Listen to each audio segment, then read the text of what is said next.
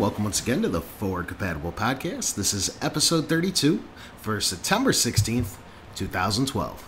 My name's Tony, and I'm joined by Jason. Hi! Just Jason today. Mark unfortunately had some scheduling conflicts and was unable to come today, but he did want to say hi to everybody. So hi from Mark. Yeah, give it a second so everybody can say hi back. And good for you. Way to talk back to, yeah.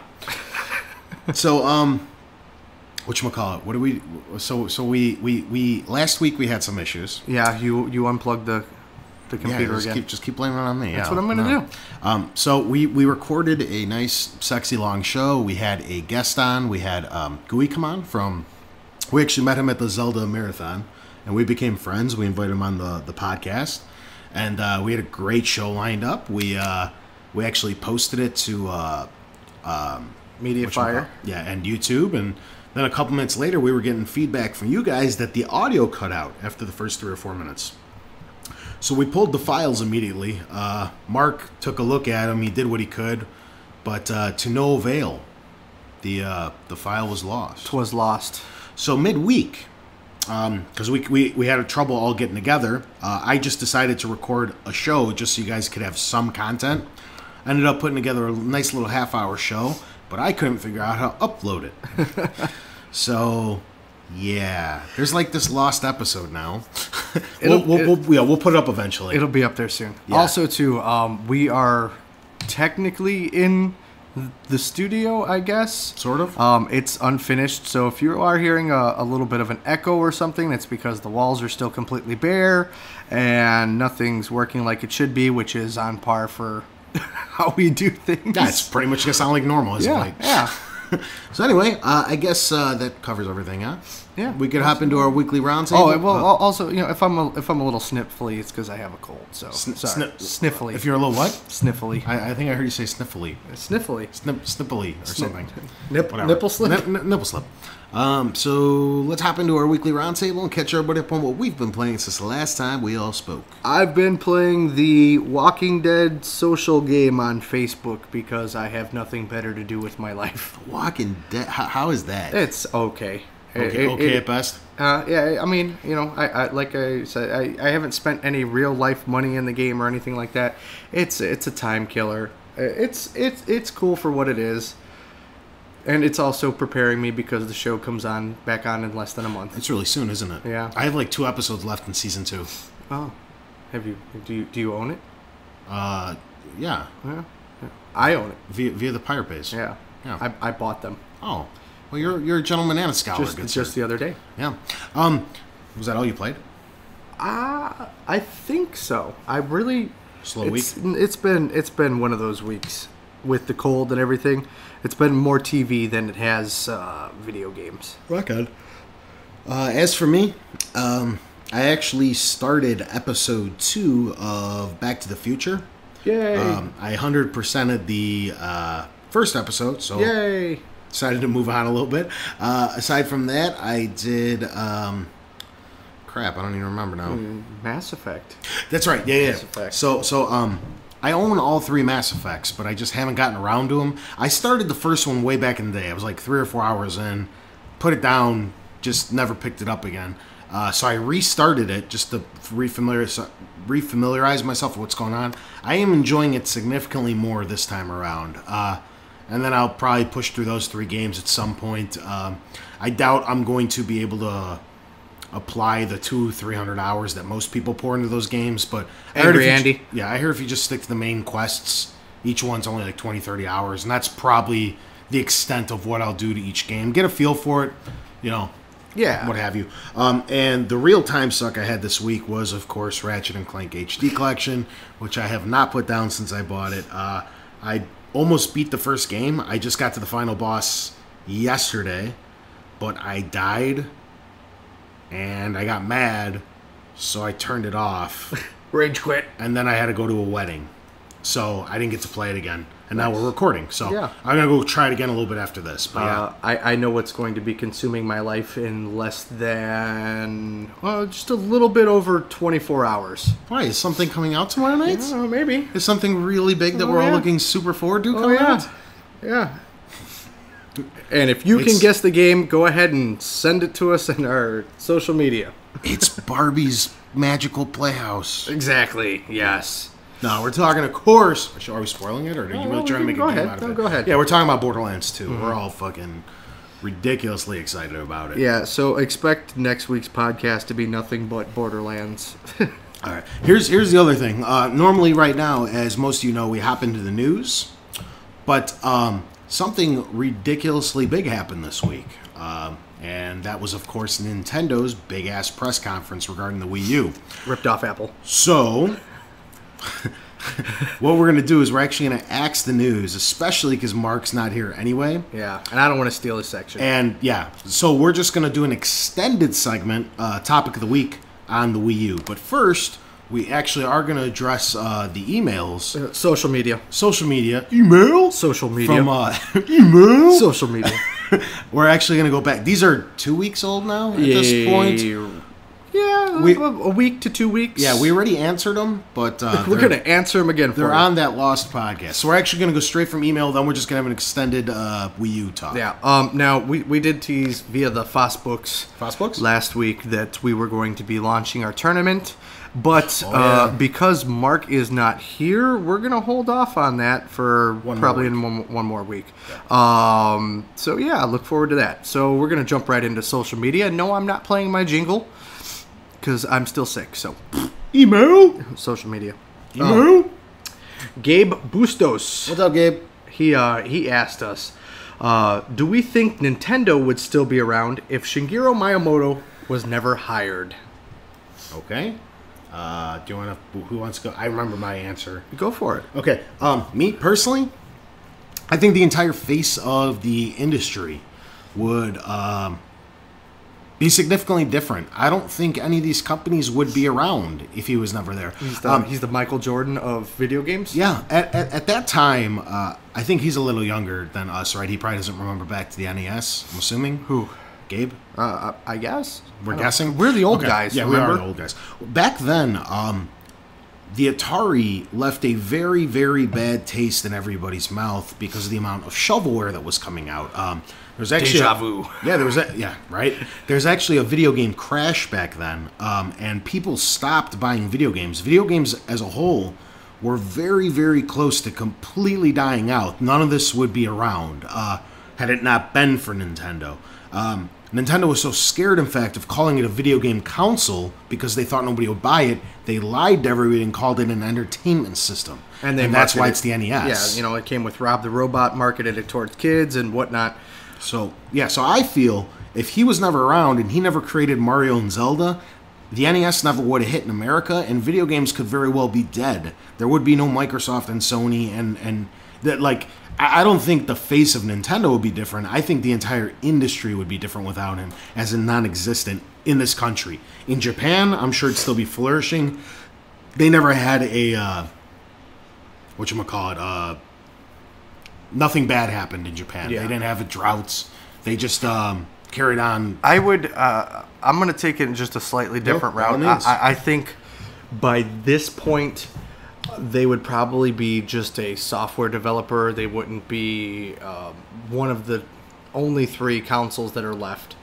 And you wouldn't see the creativity and the innovation that you see out of them now. Because, he did build Nintendo, essentially. Before that, they were nothing. They made playing cards for Disney back in the day.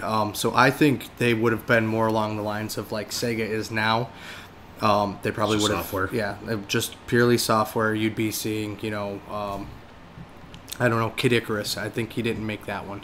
On Xbox. Yeah. The guy freaking without even knowing it at the time, I don't know if they're solely based on his shoulders or if he just perfected them, but with his first 2 games, Zelda and Mario, he pretty much created 2 of the main genres that we still use to this day. Yeah. The platformer and the action RPG, I guess. Even though Zelda's not one anymore, that's what it basically was. It was running around, questing, collecting items, finding secrets. That's what it, that's what it's akin to. So Totally. Yeah, so I think the industry'd be gone. You know, and if Mark's opinion does vary from ours, I'm sure, you know, he can do like his own little commentary, maybe post via Facebook and answer your guys' questions too. If he's got some downtime, I'm sure he wouldn't mind. All right, next question. Stoked asked, what do you think of the Final Fantasy MMOs? And do you think they're in trouble too? I'm assuming that's referencing kind of what we were talking about a couple weeks back with City of Heroes. I know you're not a big MMO player.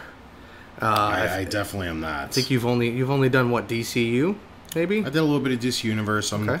Yeah. It's I've dabbled in them and I don't care for them.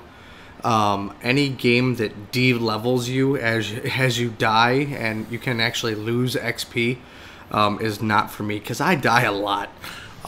Yeah, go ahead. No, well, I was gonna say that's not a terrible thing. I mean, you know, it was a big turnoff for a lot of the Western market, to my knowledge. People that weren't diehard Final Fantasy fans. Gotcha. I don't know. For me, I can't talk too much on MMO, but I could talk a little bit on Final Fantasy. I just feel, as a whole, they're kind of losing the grasp of what made them, especially with the recent announcement of Final Fantasy 13-3,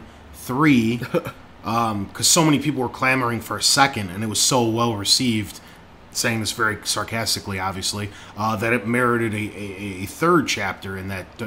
What's his name? Lightning? The chick. Yeah, whatever. Yeah, Lightning, right? Yeah, Lightning's a chick. Nobody fucking cares about this chick. I played a little bit of 13. I think the whole problem with this series is what made them so big and well received and like an icon in this industry is the guys that made all those great games. You know, the 1 through. Sure, there was a couple missteps, but for the most part, they were awesome 1 through 10. True. 1 through 11 even. And then those guys have all retired or moved on or left Square or what have you. And all these new guys are in and they're trying to make their own identity for the final. And they're not. It's not what people want. Very true. I think the other aspect is that the pay-to-play market for MMOs is starting to go away. And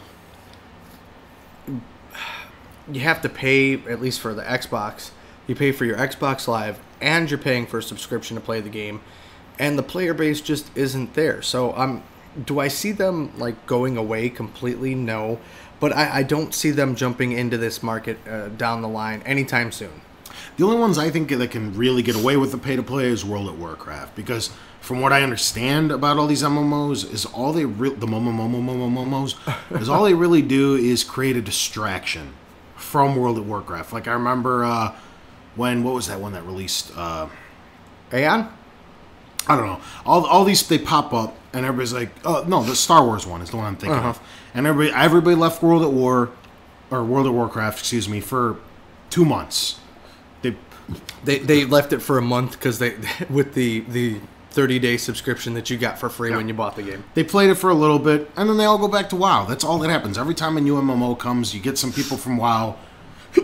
They come by for a month or two, and then they leave. I've got quite a few friends that actually do that. Yeah, I think I know one that has actually stayed away. Yeah, Angry Andy. We got to make him a jingle. He needs his own jingle.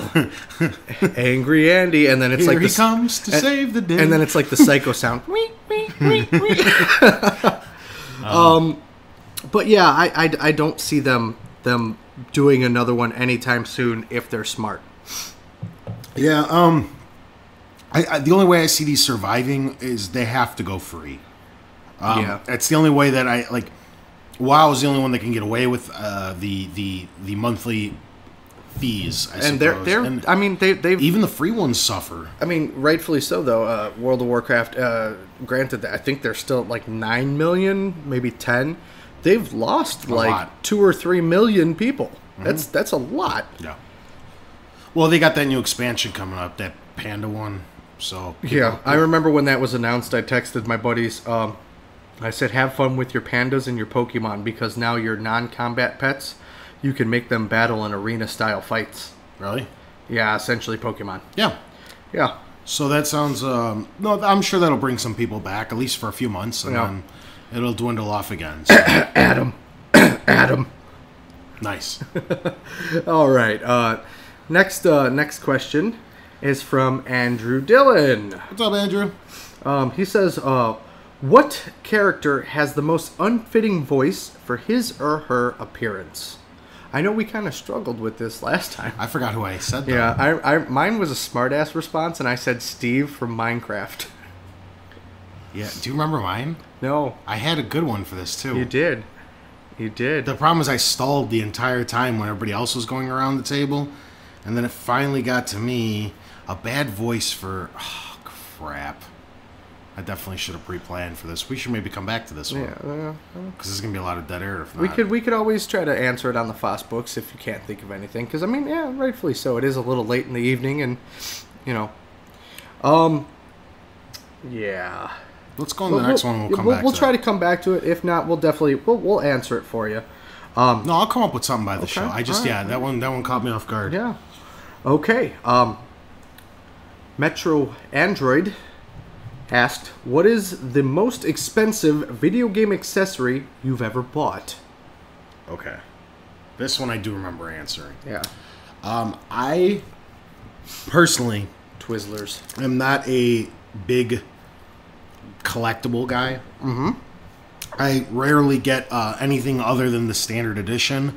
The only reason I'll upgrade is if there's free maps or free DLC, which most of the time doesn't even suck me in anyway because I know it's going to get released later and you can just buy it and you don't have to spend the extra $40 or $50 for the collector edition. But the most I can tell you, the most I've ever spent on one game, because that's the best I can relate, and that would be Black Ops, the original one. And I'll tell you why. As I've really said many times on the show, I'm a huge Nazi Zombie fan. That add-on mode that Treyarch puts on their Call of Duties. And I fell in love with it on World at War, but I bought those games pre-owned, and I waited for some of the sales on DLC and what have you. Anyway, when that game came out, I ended up buying both of the collector's editions for Xbox and PS3, because I mainly play on Xbox, but my best friend who I play zombies with all the time is a PS3 only gamer. So I wanted to play with him as well, and the collector's editions actually came with the 4 retro map packs of zombies, so you could play the World at War maps on the Black Ops engine. So I took advantage of that, and I bought the collector's edition for both systems. So that one game, even though it didn't turn out to be as good as I hoped it was going to, I ended up pissing away almost $200 on a video game Cool. between two consoles. I've got a couple. I'll rifle them off really quick. The first one is my Ion drum kit for Rock Band, which I believe when it came out retailed for $400. That's not what I paid for it, but I did upgrade quite a few of the cymbals and some of the drums and stuff on them to actual electric parts. So all in all, it's probably worth about $500-600. The other one is my big fancy ass sword and shield from Legend of Zelda. Nice. Although that's a cop out because I didn't pay for that. Angry Andy actually bought it for me at an anime convention.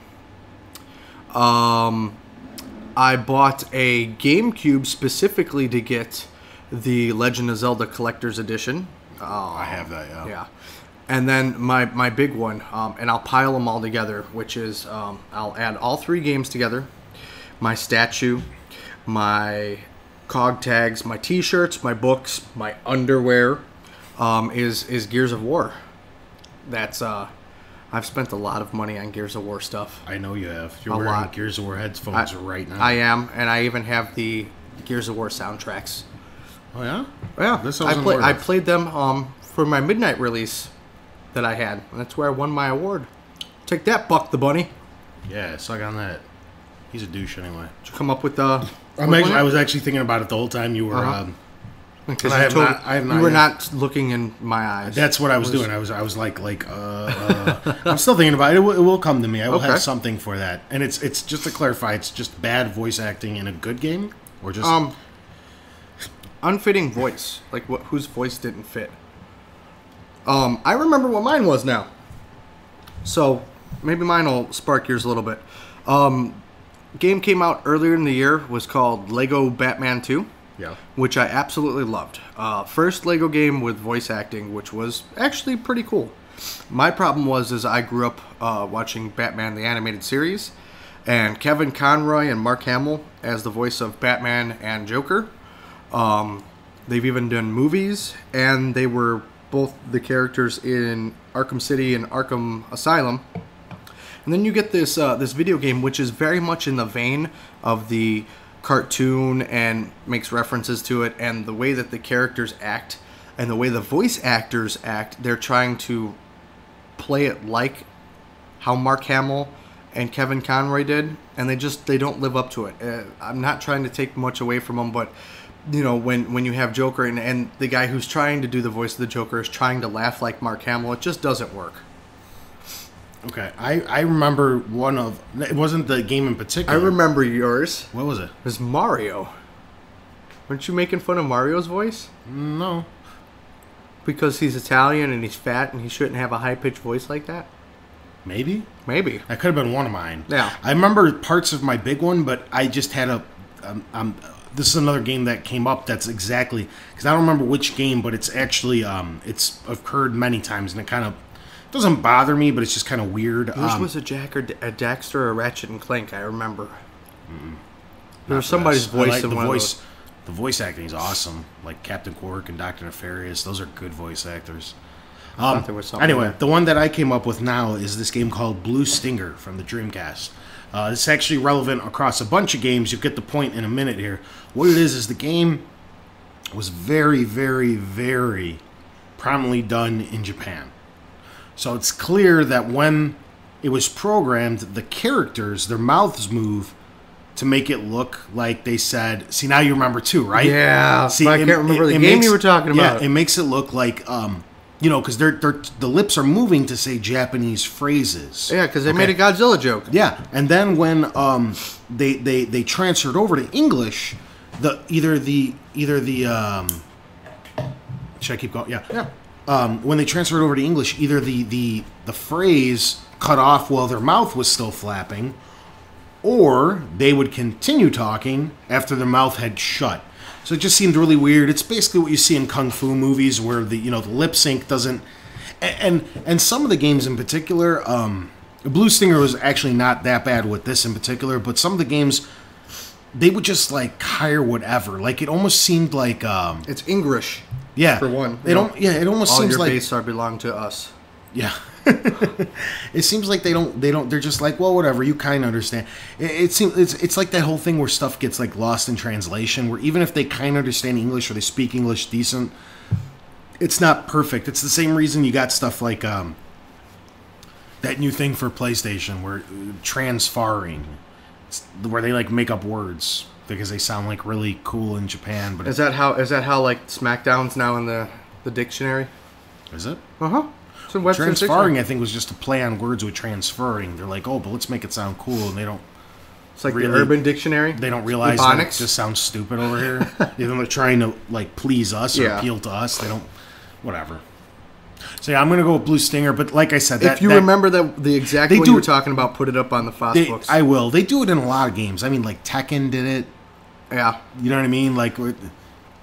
I think and I don't mean to take marks, but one that I believe it was either him or Gooey, they brought up Resident Evil 1 and how the voice acting was really bad in that. So, yeah. The voice acting has sucked in every Resident Evil. Who are you kidding? Yeah, but Master of Unlocking. And, oh, this is Jill's blood. How do you know it's Jill's blood? It's just fucking blood. Yeah. Yeah, but there's a lot of them. I mean, there's been some rough voice acting over the years. I mean, back in the day, it was kind of expected, where we just kind of let it go. But whatever. I think that's part of the reason that I'm so. And I know I kind of criticized it a little bit a couple weeks ago. Why Link doesn't talk? I'm kind of glad he doesn't. Could you imagine how? If he would have actually spoke in like the Super Nintendo game, how horrible he would have sounded. Well, even in the original NES one, like right now, obviously I'm drawing a blank because I'm put on the spot. But even some of those phrases that they translated over, English, eats right back into what I was saying, where it didn't really make sense, but you got the gist of what they were trying to You get could across. figure it out. Yeah. So Okay. Awesome. good question. Yes, very good, very good. Brendan Joyce. Hi, Brendan. He asked, what is your favorite video game memory from your childhood? This one I remember. This one's a good one. Go for it. Okay. So me and my then time really, really, really good friend, unfortunately we kind of grew apart over the last like 20 something years or whatever. But when we were younger, we were like inseparable. And I remember 1994, we were really, really young. We were playing NBA Jam. And we had a season going, and we're from Chicago, as most of you know, so we were the Bulls. But this was during Jordan's first retirement, so the NBA Jam roster was not very good. Playing baseball? Or was he golfing? Yeah, he was doing some shit, I don't know. So basically this team was not very good. They were kind of middle of the pack, ranked. But, we had pride, so we took our team. And do you remember who it was? I know Pippen had Pippen and Horace Grant. Horace Grant? Okay. I thought there was an alternate.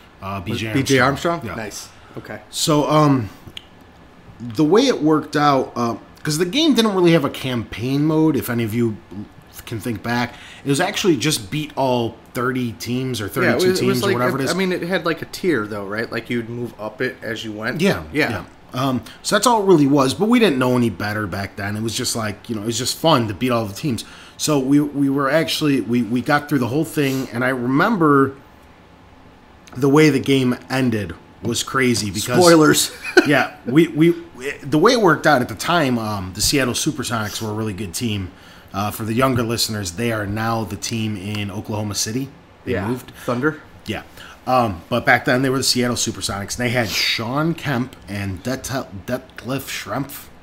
Can't even say his name. Yeah, remember him? Yeah, I know who you're talking about. Yeah. So it just worked out where they were the last team that we had to beat whatever kind of game it was.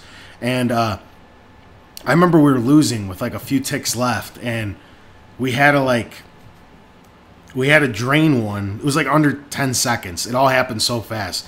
We had to drain one, steal the ball, and throw up a three-pointer all within the last few seconds. And we did it, and we pulled it off. And it was just like this overwhelming sense of joy. I mean, we were literally jumping up and down in his basement, screaming our heads off. And it was, that's what video games do. Jumping they on turn the us couch into, and shit. Yeah, we were just going crazy. Ripping the controllers. That's right. Went back when the controllers used to plug into the consoles. Yeah, and you only had your 5 or 6 feet. We were jumping on. Yeah. It was so crazy. It was like you would have thought we won the lottery, man. Nice. Mine is a touching tale of a kid on Christmas Eve. Fireside chat. Who's my best friend at the time, Nathan. He stayed over on Christmas Eve. And my mom let us open one of my gifts, and it was my Super Nintendo. And along with it was Donkey Kong Country. And we immediately rushed into my room, hooked it up, and started playing. I think maybe we took a 15-minute break to play Super Mario World. But we actually managed to beat Donkey Kong Country from the start to the finish, 2 players, on Christmas Eve. And we're dead tired come Christmas morning. Didn't care about anything else, just that we beat Donkey Kong Country. It was amazing. I will never ever forget that. That's some good stuff. Cool. Well, that's the questions for the week. As always, you can send us your questions on our YouTube page. That's it. Or, yeah, go ahead. Actually, all the links over there. Yeah. Our Facebook page, on our Twitter, which is @fcompatible, and directly to our email, which is forwardcompatiblepodcast@gmail.com. Keep the great questions coming, guys. Yeah. Also, we had our 8-bit song of the week a couple weeks back from our last recording that survived. The one that actually went through. Yeah. And the song shout out goes to JC Scribble, who guessed it correctly. It was the Mortal Kombat movie theme is what we used. Fucking A. Cool. And before we jump into the topic of the week, I've got a quick little update here. I know some of it's a little bit out of date. On the last podcast, we spoke in depth about City of Heroes. So I do have a quick little update from the community. There's some big news in the past 2 weeks. There's been quite a lot of media attention. CNN.com covered the story about what was happening. Kotaku and Massively had many changes, including IGN. There was Twitch TV live streams of different things going on with the community. The change.org petition that I spoke about is well over 15,000 strong. Last Saturday, the Titan Network hosted an in-game rally with over 3,000 players. It was hosted in Atlas Park. Atlas Park is like the main hub of the city. Each area, if you will, holds 100 people. There was 33 Atlas Parks running at the same time on a single server, which was amazing. There's a couple celebrities that have spoken up on behalf of City of Heroes. Famed graphic novelist Neil Gaiman, actor Sean Astin, which a lot of people remember from Lord of the Rings. Mm-hmm. I remember him from Encino Man. Was he really? Yeah, he was Encino Man. And geek goddess, not Greek goddess, geek goddess, Felicia Day. Actually, oh yeah, yeah, she was. She's now supporting through social media. The community is mailing masks and capes to the NCSoft headquarters worldwide in a show of protest to shutting down City of Heroes. Are they the V for Vendetta masks? No, they're just like a superhero mask, just the okay. little Rock on. diamond eyes Robin looking thing. It was a top trending topic on Twitter. Thank you. It's a lot of T's, dude. Yeah. What's that called? Alliteration? Yeah. And the one that just happened a couple days ago, in just under 3 hours, the community raised $1,000 to treat Paragon Studios to a meal at their favorite restaurant. They were like their way of saying thank you to the devs. Nice. Yeah. On that note, I totally forgot we did this last week. Mm-hmm. I had I don't know if I remember it all now. I had an update on, I don't know if you guys remember from 2 weeks ago, I was a little confused on what exactly was happening with the Bethesda situation with Skyrim, the DLC, and the PS3. Yeah. I did look into it a little bit more like I said I was going to, and it turns out it's what they're calling a RAM allocation problem. RAM allocation. That sounds made up. It's what they're allowing the RAM. Actually, can you look up that quote? Because I had that whole thing while I kind of explain it. It's going to be called, just Google PS3, Bethesda, Skyrim DLC, bullshit, whatever. So anyway, what happened is the way the Xbox is internally, when it's running, say you're in a room and you pick up a plate and you drop it on the ground and it cracks, okay? And you leave the room and you go 20 load screens over, okay? Then you come back those same 20 load screens to that room, that plate will still be there broken. The world never forgets. That takes a ridiculous amount of RAM to actually pull that off, okay? The PS3, what I was trying to explain 2 weeks ago, because I didn't really understand it myself, was the way that it splits up its RAM, its ability to process what's going on in the game, doesn't allow for it to remember all that stuff. And that causes, unfortunately, a lot of glitches throughout the world in the game, and that's what people are experiencing. What bothered me about this whole situation, I know me and Mark went into it quite a bit last week, because he still really blames Sony, and I'm actually on Sony's side. I blame Bethesda for this whole situation, because if they know that they couldn't get the game to run properly, they should have never released it in the first place on PlayStation. It's right after the bold part. Okay, so here's the actual quote from Bethesda regarding the situation. So give me a minute. I'm going to read you the entire thing, okay? Earlier in the month, we provided an update on Dawnguard's status for PS3.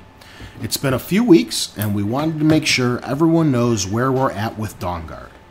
Skyrim is a massive and dynamic game that requires a lot of resources, and things get much more complex when you're talking about sizable content like Dawnguard. We've tried a number of things, but none of them solve the issue enough to make Dawnguard good for everyone.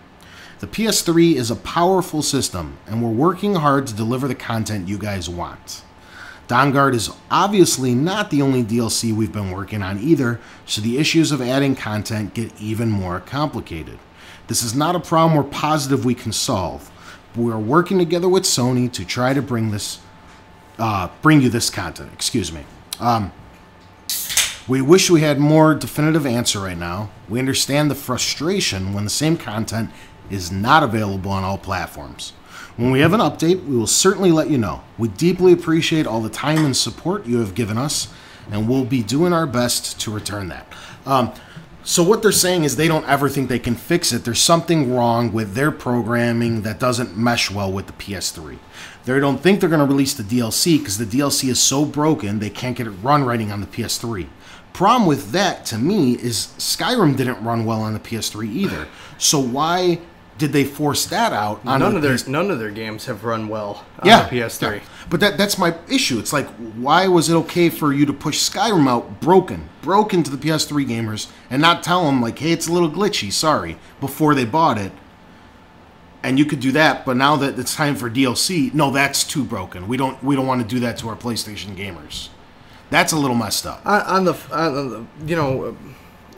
My problem with Bethesda is, I know I've stated before, I'm not really a fan of their games. It's not really my thing.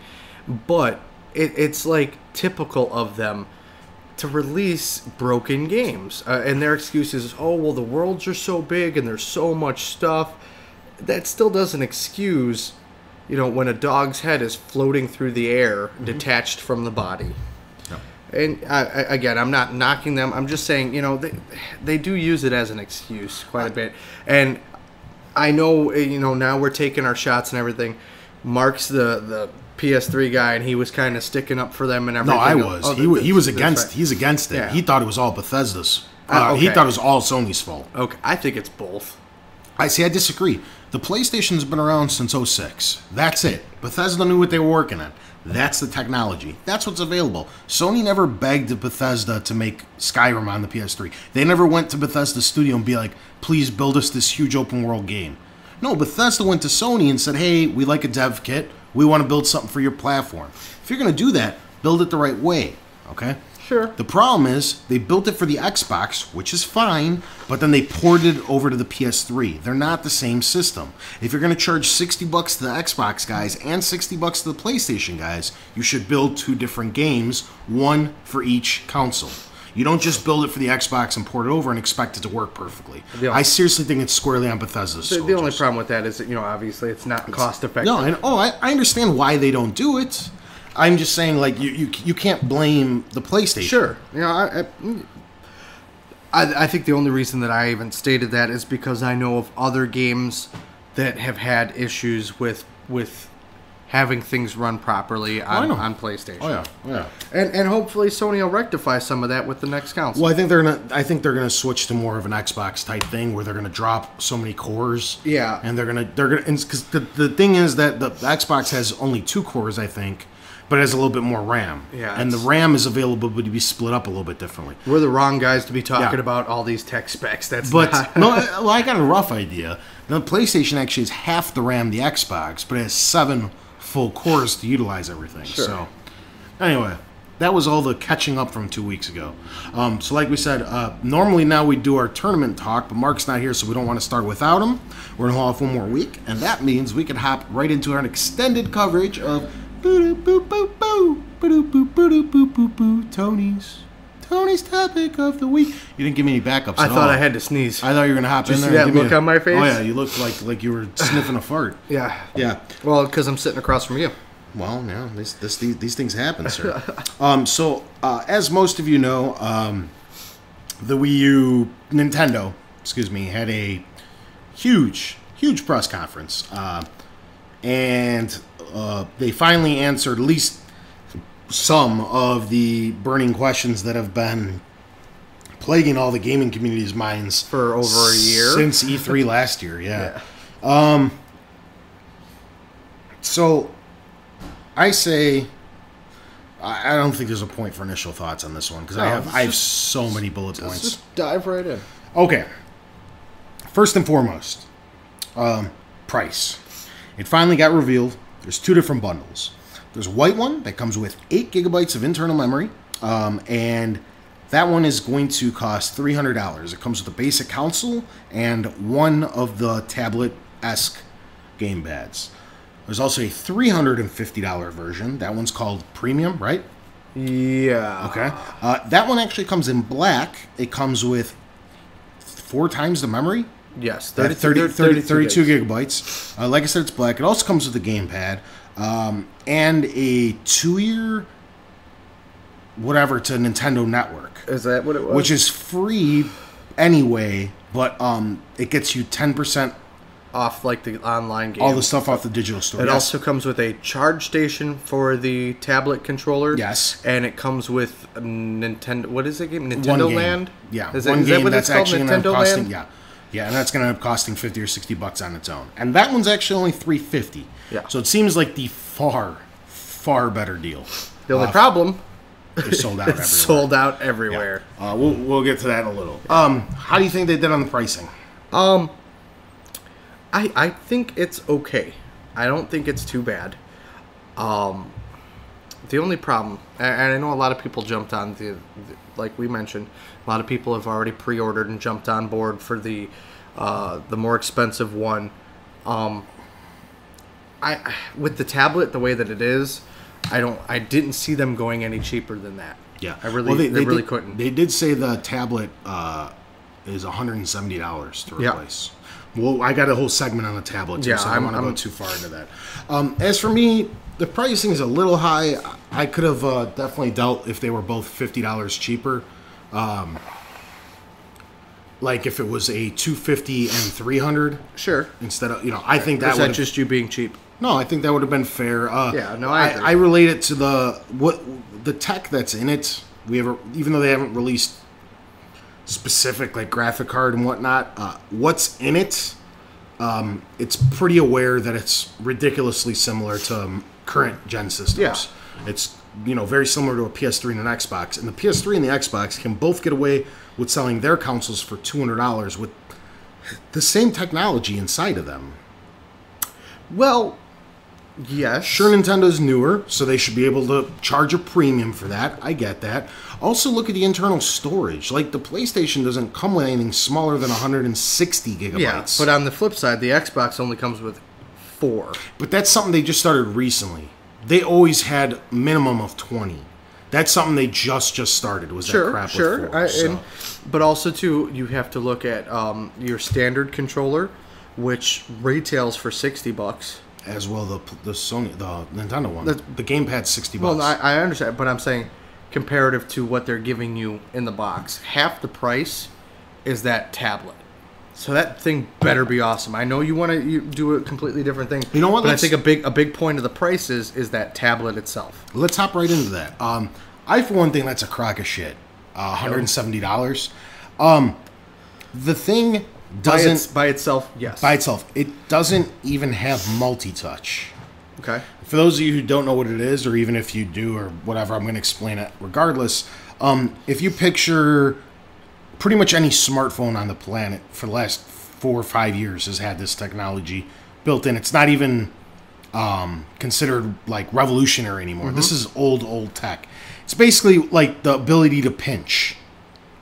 It picks up 2 different points on its pad, like for your thumb and your index finger, or your thumb and your middle finger, however, where you can basically, what's it called, like expand and compress. It's almost like zooming in and zooming out. Yeah. This doesn't have that. It only has single touch, so it doesn't understand the difference between your index finger or your entire palm. It doesn't get that that's really, really old, outdated tech. Yeah. Is it necessarily a necessity? I mean, in a phone or something like that, sure, it's a necessity. There's $150 tablets, like the Amazon Fire. Kindle Fire, whatever. Okay? That thing is actually cheaper than what Nintendo's trying to pass off that their tablet is costing to manufacture, and it does way more. Yeah. I'm not disagreeing. But I mean, It does have all the buttons and stuff on it. Yeah. You know, the only implication that I can see for a multi-touch function, like what we were just talking about, unless I'm overlooking something, which is possible, would be like zooming in and out of maps. It's even stuff that you're not realizing that you're using multi-touch for, though. I mean, I don't know. I think I get what you mean. I think it was a severe overlook. I totally get what you mean, but I'm trying to look at it in, you know, like the gaming aspect of what I would use that in. Okay. And actually, a lot of games that I play on my phone and my iPad, I can't think of a lot that actually use multi-touch, like the pinch and double touch, not double touch, but like 2-finger touch and everything like that. At least for me personally. Even stuff like, I mean, they're trying to talk all this, you know, about how you're gonna be able to go on the internet with it, and we'll get into this a little bit more later. And with all these television programs, just playing on the internet on a smaller screen should tell you how often you're going to be using it, though, to expand the pages, close them, especially if you're going to be using this off of your television and just as a separate, almost as a tablet on your couch. It's something I don't see how they didn't think of it. Also, too, with the tablet, it's not going to be available separately at launch. Yeah, at least in America. In America, which I guess, you know, my thing with the tablet is like, okay, if you're buying it in the bundle for $300, it's worth the price because it's half the price of the system. Yeah, buying it by itself is very steep. But on the flip side, Nintendo has come out and said that there's no games currently in the launch window that are going to support 2 of the tablets, so there's no necessity to have that second one yet. If you break it or something happens to it, there is the warranty that they're going to offer, and then there is the option to buy them through Nintendo and stuff like that. Yes. Okay, next thing I wanted to hop into a little bit was the actual specs that finally came out, at least some of them. It's obviously going to be able to do 1080. The GP unit. Oh, that's the other thing that comes with the bundle. It comes with an HDMI cable. Yes. Which PlayStation and Xbox have not offered in the box. They're also come out at a time when. Okay, but there's been updates to the console and stuff like that. That's all. I got to give them, you know, at least half credit on that. Yeah, that they're at least including. Yeah, they're including a more expensive cable. A $20 cable instead of a $10 cable. It's very true. Very true. It's going to have 2 gigabytes of memory. 1 gigabyte's going to be allocated. See, RAM allocation. One's going to be strictly for the main memory, and one's going to be for the system memory. Okay, the console altogether has 2 gigabytes of memory. So that's what it's going to be used to run off. Discs that are going to be used can store up to 25 gigabytes a disc. So it sounds very similar to a Blu-ray. Yeah. I don't think it is because I don't think they wanted to pay Sony. Sure. But they pretty much just cloned. It sounds like they cloned the Blu-ray, but they're not calling it a Blu-ray. So they didn't have to pay Sony. And it can stream 22 megs a second. So that's pretty standard stream. Yeah. It's on par with. Power consumption, who cares? That's a little boring. So like I said, the specs, considering what's out right now, this is my problem with. Okay, well, shit, I shouldn't even. Just go for it. Just go for it. Okay, this is what scares me about this console. Okay, it's getting a lot of third-party support right now because they're making the games for the Xbox and the PS3, and it's not hard because it's similar power to just throw them on the Wii U, okay? Everybody's getting super excited for Nintendo. They're like, oh, they're finally bringing third-party support back. Yes, right now they are. But next year, when the new Xbox and PlayStation come out, they're going to start developing for the 720 and the PS4, and they're no longer going to be able to port to the Wii U because they're going to be in a different league. So you're only going to get, like, people are getting really excited for third-party support for 6 or 8 months. And I think people are forgetting they're not looking far enough into the future to realize when the new Xbox and PS3 come out, these developers like Ubisoft and Activision and all these companies, they'll still make Wii U games, but it's going to be the same thing as this current generation, where they're far, far different games for the Wii than they are for the PS3 and the Xbox. Does that make sense what I'm saying? Sure. Yeah. And here's my thing for it. It's kind of reverse of the Wii in the aspect of nobody really supported the Wii other than Nintendo when it first came out. Everybody was kind of on the fence about it and weren't sure about it. So Nintendo kind of had to put all their AAA titles up front to begin with. Okay, you had your Mario and your Zelda and everything kind of up front to support the weight of the system.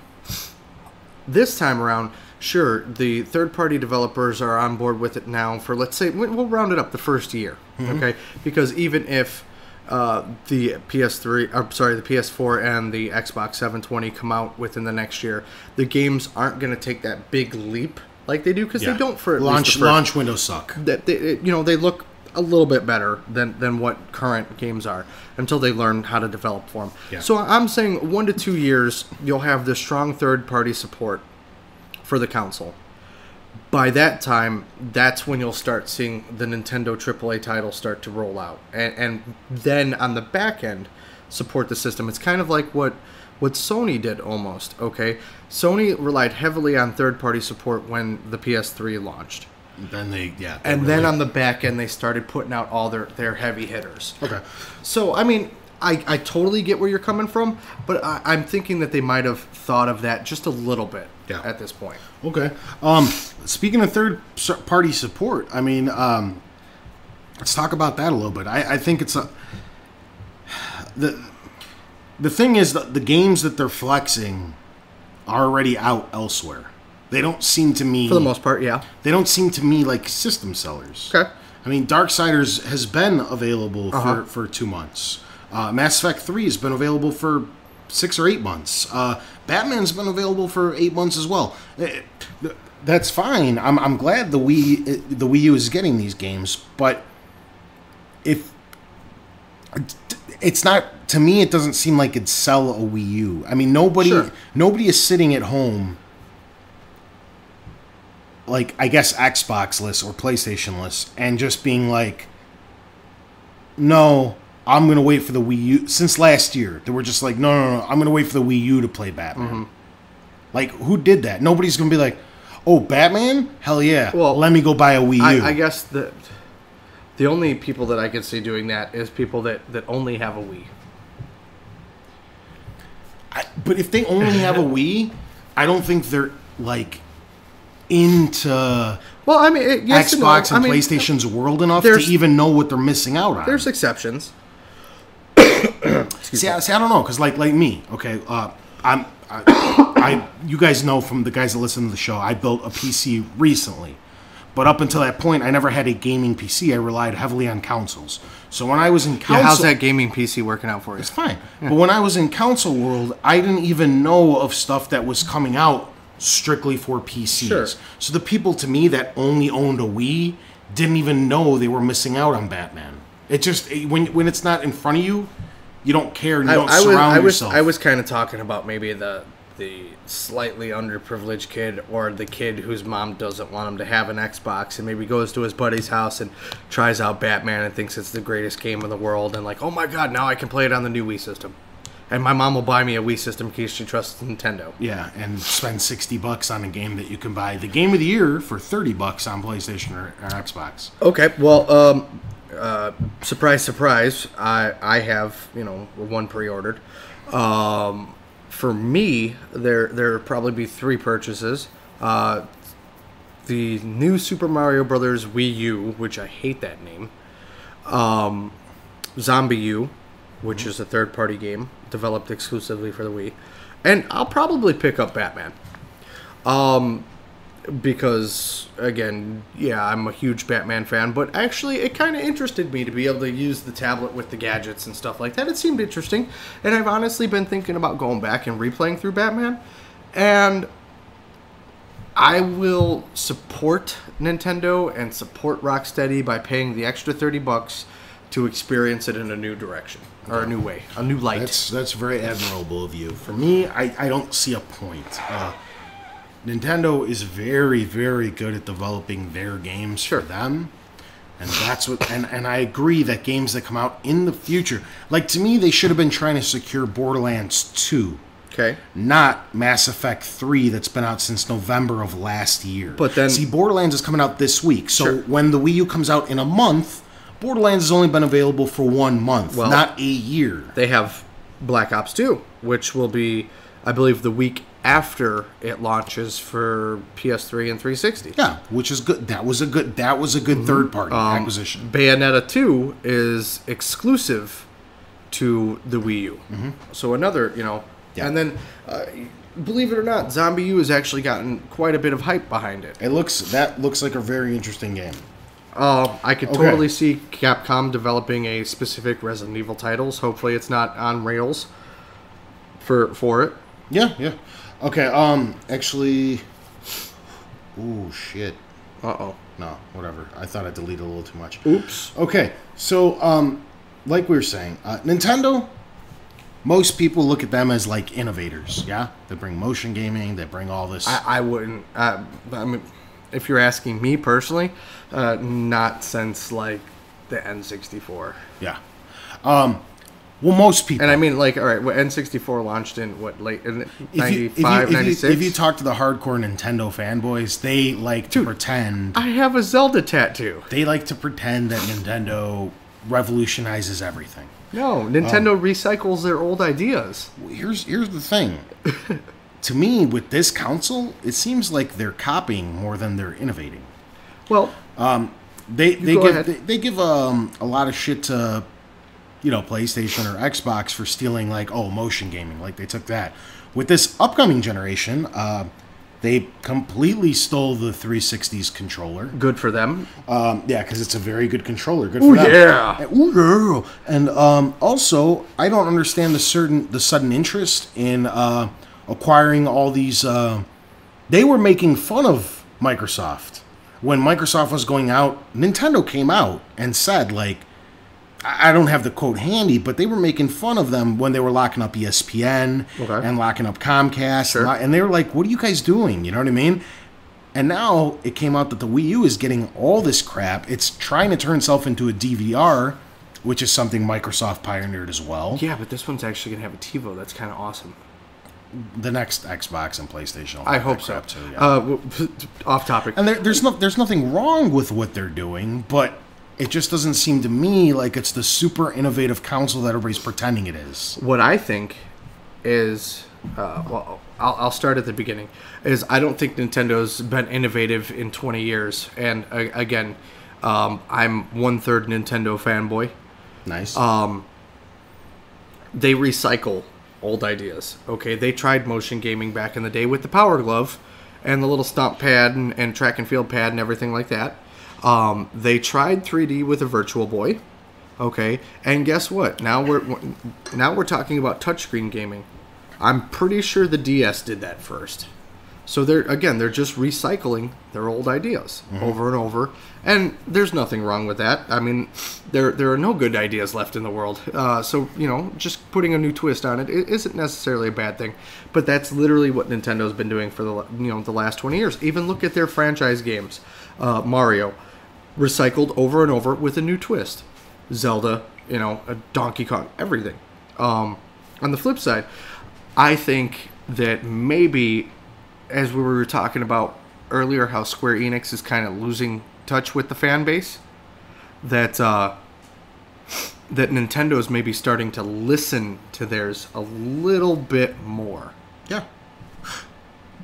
So actually, like, I wanted to take a quick second, real quick, before we forget to do so, because I actually already forgot I wanted to talk about it a little bit. I wanted to list some of the games. I know you brought up Bayonetta already, but some of the other ones, like we had mentioned, Mario Wii U, which you hate the title, Bayonetta 2. New Super Mario Brothers Wii U. Yeah, Bayonetta 2, which actually got Nintendo scooped out the exclusivity for.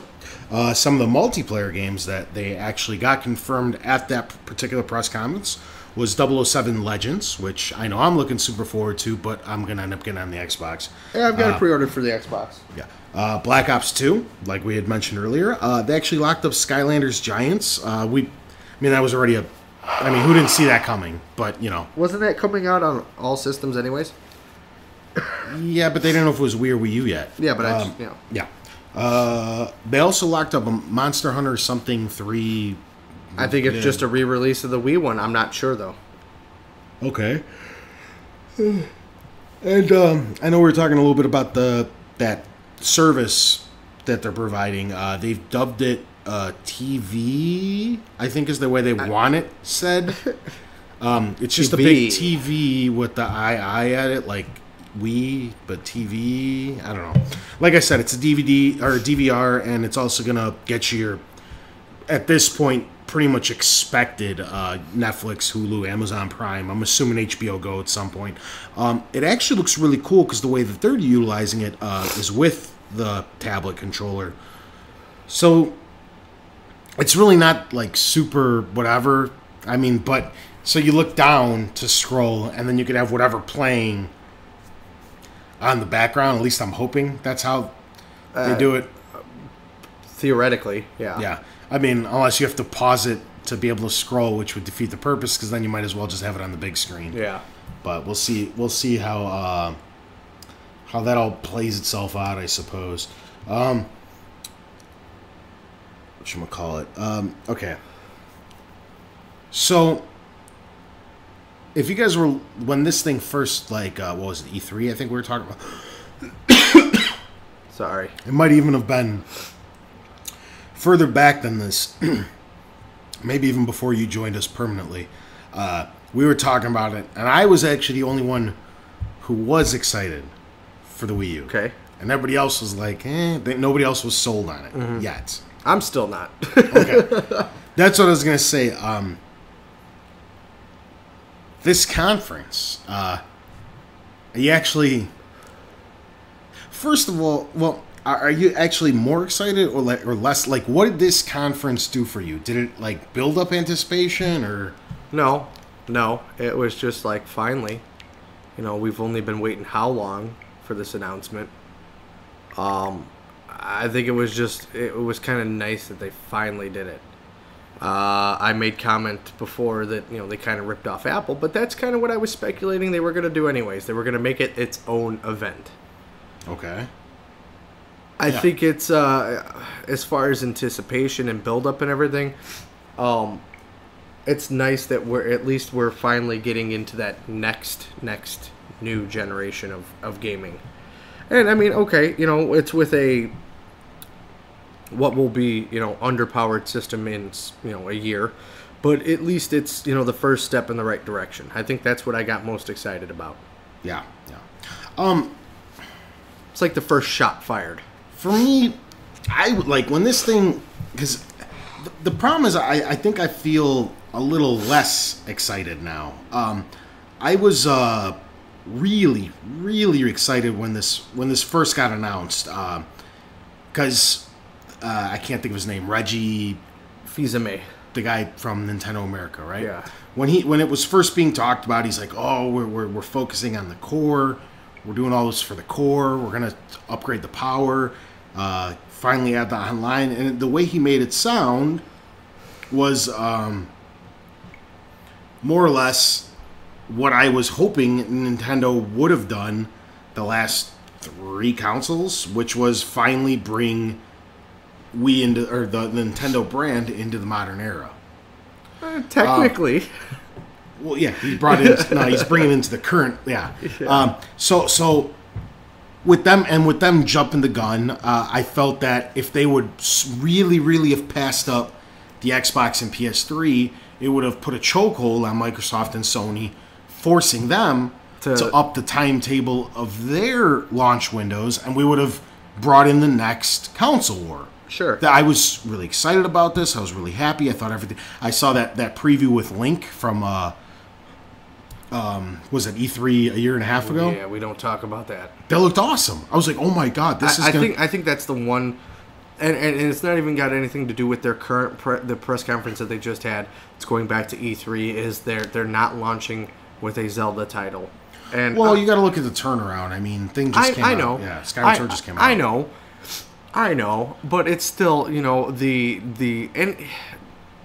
Zelda fanboy in me was really kind of disappointed because they did that last generation too. They teased the year before Wind Waker was announced. They teased this ultra realistic, ultra modern looking legend, not modern in the sense of current times, but like updated looking Link, and he fought Ganon in this awesome demo, and then we got Wind Waker. And now, they tease this Zelda where he's fighting a giant spider, and it's like awesome. They're working on something, and I'm sure they are. But it's more or less like, hey, instead of Zelda, you're getting Mario. And it's like, Mario's fun. Don't get me wrong, I love Mario. But Mario is not going to sell me a system. Yeah, I felt like I was excited. I built it up a little too high, and some of the games do look really, really good on it, but unfortunately half the games look like shovelware again. Yeah. And they're even bubbly and crappy like they were on the Wii. Uh-huh. They just look a little bit better, and it's clear that the system can do so much more. I wouldn't even say better. I think the term is glossier. That's glossier. To me, instead of like, look at these phenomenal graphics, it's like, ooh, look at this, it's shiny now. Yeah, they all have a sheen to it. I don't know. It seems like it's more like look at me now, but I don't know. I'm not sure. They've still got a long way to go. I think if they were trying to appeal to the core gamer like they said that they were going to, they would have launched with a Mario and a Zelda game. Like, if you're going into a battle, you're gonna go in guns blazing with everything on the table. You know what I mean? Why are you holding back? Put everything out there. Go, flex your muscles a little bit. If you're going to be the first one in the new console wars, and you're already a step behind with your outdated system, and that's not a knock on them, but with your outdated system, why not put everything out on the table? Go, look at this is everything we've got. Yeah. I don't know. It's almost like too little, too late. That's what's scaring me, because like I remember like when we even up till a few months ago, I was super sold on this. I was like, oh fuck yeah! I thought I was the only one who was really actually happy about this. And the more info that's coming out, I'm actually becoming progressively less excited to the point where it got announced 4 or 5 days ago, and I didn't pre-order it like I thought I was going to run out and do.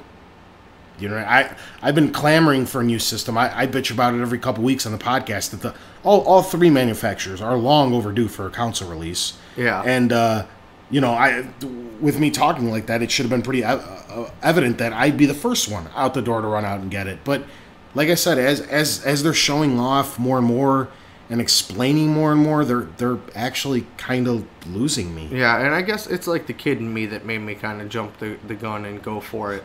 And it's like, okay, I know it's only like 2 months away. Yeah. But, I'm willing to give it a shot. And if it doesn't pan out for me, it doesn't pan out for me. It's a financial investment. I'm not, trying to pretend that I'm, can throw them out around money like that. But, it's... I can get a use out of it either way. If it's, for me, or if I give it to somebody. Yeah. But I'll at least give them the benefit of the doubt and give it a shot. Well, I was hoping that we'd have more people for this, but I was actually wanted to kind of see, are you getting one? I know obviously you are. Mm-hmm. And I don't really have a dead set reason why. Yeah. I'm getting one as well, but unfortunately, I'm probably going to hold off a little bit. Mm-hmm. Maybe it's not even that it needs a price. It's just too expensive for what they're giving me. Uh-huh. And it's kind of going to be like what I did with the Wii, which is I came to the Wii a little late because I was playing PS3 and Xbox, and I got the Wii late just to play the Marios and Zeldas that I missed out on. It's funny because the exact opposite. I got my Wii before I ever got an Xbox and a PS3. Really? Yeah. No. Yeah. See, I'm definitely. I'm thinking the Wii was my first of the newer consoles that I had. Yeah, I had Xbox since launch. Then I got PS3 late. And then as soon as I got my Xbox, the Wii went poof. That's what happened with most Wii's. And then I had a 3D. I had a DSi, and as soon as I got my iPhone, it went poof. They just go poof. Yeah. So I may change my mind still, but as it sits, I think I'm gonna get one pre-owned later down the line just to play the few games that I feel that I've missed out on, which is sad. Sad Hulk music now.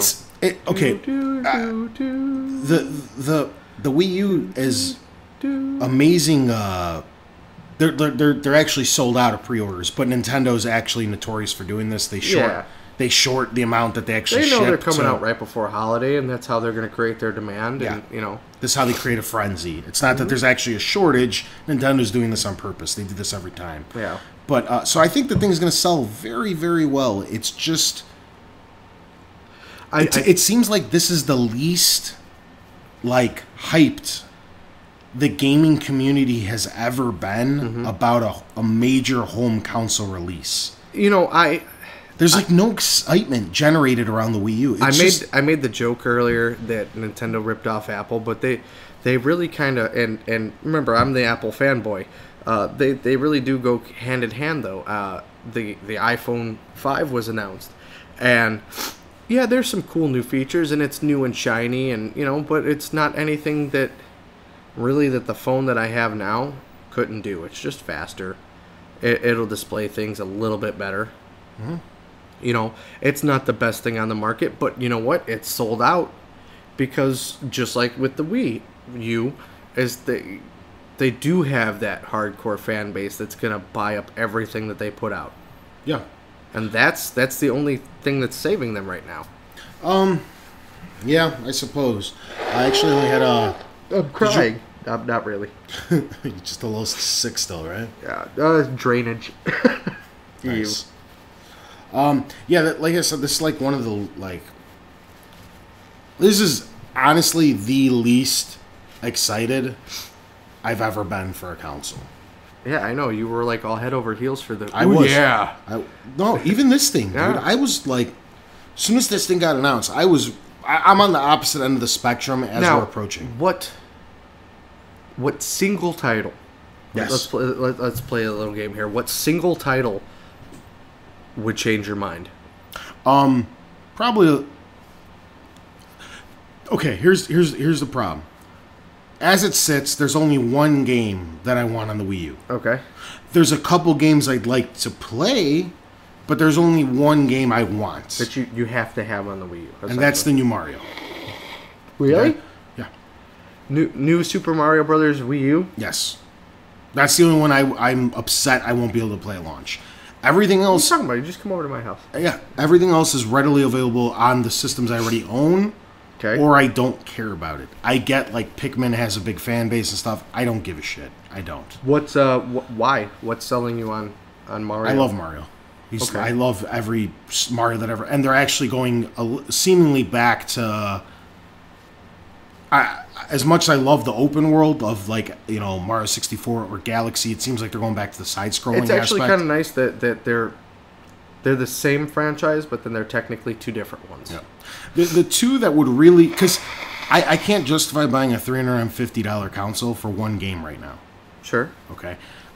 In the future, I'm sure that when the second Mario comes out, and by then the first Zelda will be out, and perhaps you get a good Metroid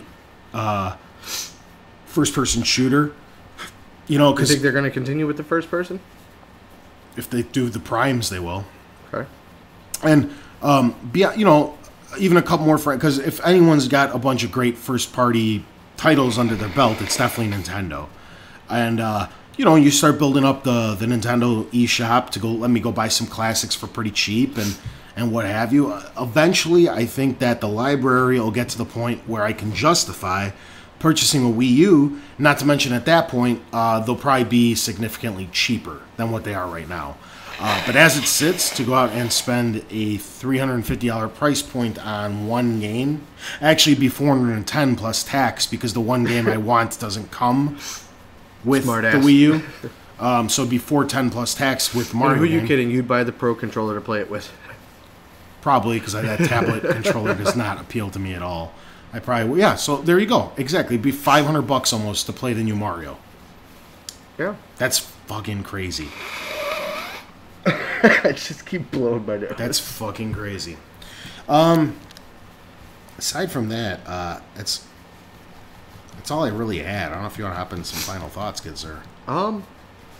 Yeah, I mean, I kind of spoke mine. I really don't know.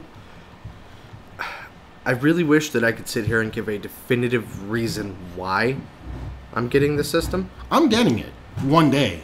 At launch, I should say. Yeah. And I mean, granted, that's not even 100% lock-in. It's not like I have it paid off. I have the deposit on it. A lot of things could happen between now and then. Real quick before you... I actually wanted to interject with that, too. I'm actually not a lock-in for not getting it at launch. Yeah. I could wake up tomorrow and totally... I could give you my pre-order. Who knows? I could change my mind tomorrow and be like, you know what? Fuck it. Let's get it at launch. You know what I mean? So these are... We're talking how we feel right now, 2 months away from launch. So, yeah, go ahead. Sorry. No, it's okay. As of this week, I don't know. We'll give it a shot. I guess that's the best way to sum it up. Is I'm going to give it a shot. See how it goes. To me, I'm sure I can flip it if I need to. Yeah. Oh, yeah. You definitely $900 on eBay already? Yeah. To me, I guess to sum it all up is... I think the best thing for all of us, especially those who have been HD gaming for the last few years, and this is not going to be a new thing to you, is to be sure to manage your expectations. Mm-hmm. On the flip side to that, though, too, is give them a shot. I mean, if you're on the fence, what's it going to hurt? No, I know. Yeah. But the thing is, they're the ones that are technically kicking off the 8th generation. Yeah. So they're the first ones out the gate, which is always a hard thing to do. Yeah. But there's just too many unprovens. Like, I know a big push of theirs is like Black Ops 2. I always talk about how PlayStation Network is broken compared to Xbox Live with the amount of lag that you experience during playing first-person shooters. Now, the Nintendo Network is a new thing that is very unproven and has not been stress tested by millions of gamers yet. So they may not be experiencing any lag at Nintendo's headquarters over a closed circuit of 10 or 15 Wii U's hooked up to one another. They don't know what's going to happen. But when you're playing against a guy, you're in California and you're playing some dude in Tokyo, who knows what kind of lag you're going to get. This is a very unproven, fragile system, and Black Ops can easily bomb if the Nintendo Network doesn't do what Xbox Live and PlayStation Network already do, and that's not Nintendo's fault. That's not a bash at them. They don't have the 8 years of experience that both the PlayStation Network and Xbox Live do have. Yeah, because they're a little late to the game. We kind of breezed over it, and I apologize for backtracking. But I mean, is this a direct port of Black Ops, or is this some crappy spin-off? It'll be the same. It's supposedly the same game as the one that's going to be on the other consoles, and they're also going to add in Wiimote support, which is a terrible idea if you ask me. Just leave it in the Pro controller. But like I was saying, going back to my closing thoughts, just manage your expectations. Know that if you did decide to go get Black Ops 2 on the Wii U, that there's probably going to be some bugs. This is going to be the first ever first-person shooter that is going to be supported through Nintendo over a brand new network. You know what I mean? You got to give them some leeway. You can't expect them to be perfect out of the gate. But with that being said, do you really want to go through the growing pains with them when you can easily get it on another console? Sure. So that's my thing is just manage the expectations. You're gonna the other big thing is Nintendo finally announced that they're doing $60 games. They're upping their price to match because the Wii was always at $50. So they're matching. They're really trying to go all out heads up against the Xbox and PS3, which is good for them. I don't know. I guess you get it. They should have came in and gone, all of our games are going to be $40. I would think they should have stuck at 50. I really do, but whatever. That might have been an incentive for people who already own the other consoles. Yeah, to buy it on their like go get Darksiders 2 on Nintendo instead of Xbox because it'll be $10 cheaper. Yeah. You know what I mean? That's what I think. That's how I think they should have played their card. But whatever. But you know, I think I know I will get one day. I've never not gotten a console. I feel like their marketing, the way they're pushing it, the announcements that have come up, they're almost being scared to tell all the specs up until 6 weeks before launch. Yeah. Like they're still not. It's a little scary, is all I'm saying. It's a little worrisome, I suppose. Where who knows where it's going to go, but I just don't think they have enough to make me. Not like I'd have to because I work at a video game retailer, but if I didn't, I don't know if they have enough to make me go to a midnight launch for this. Yeah. Yeah. Yeah. Okay. I agree with you. On a side note, I would love to hear what you guys think about the Wii U. Because this is kind of a big week. This is the first console that got announced, and this will be our first launch as forward compatible. I mean, everything that's come out before it, we weren't around yet. So, love to hear what you guys are happy about, excited about, not happy about. If you guys tend to agree or disagree with any or all of the points that we've brought up today. Yeah, I would imagine that we're gonna do another kind of Nintendo centric podcast, either right before or right after. I'm launch. thinking launch week. Yeah. So I mean, and send them in. We'll discuss them. Definitely. Well, I'm sure between all of us, we're at least getting one where we'll all screw around with it for a couple days. If not, we'll get multiple consoles. But yeah, we'll totally. See. Aside from that, did you have anything you want to add? No. All right, guys. Just listen for the song of the week. Yeah. Gonna have one. Yeah, I'll make it work. Send in regular questions, and again, let us know what you guys think about the Wii U. Whatever you guys wanted to include pertaining to the conference or our discussion. So, this has been episode 32. Thanks for tuning in, guys. Catch you guys next week, same time, same place.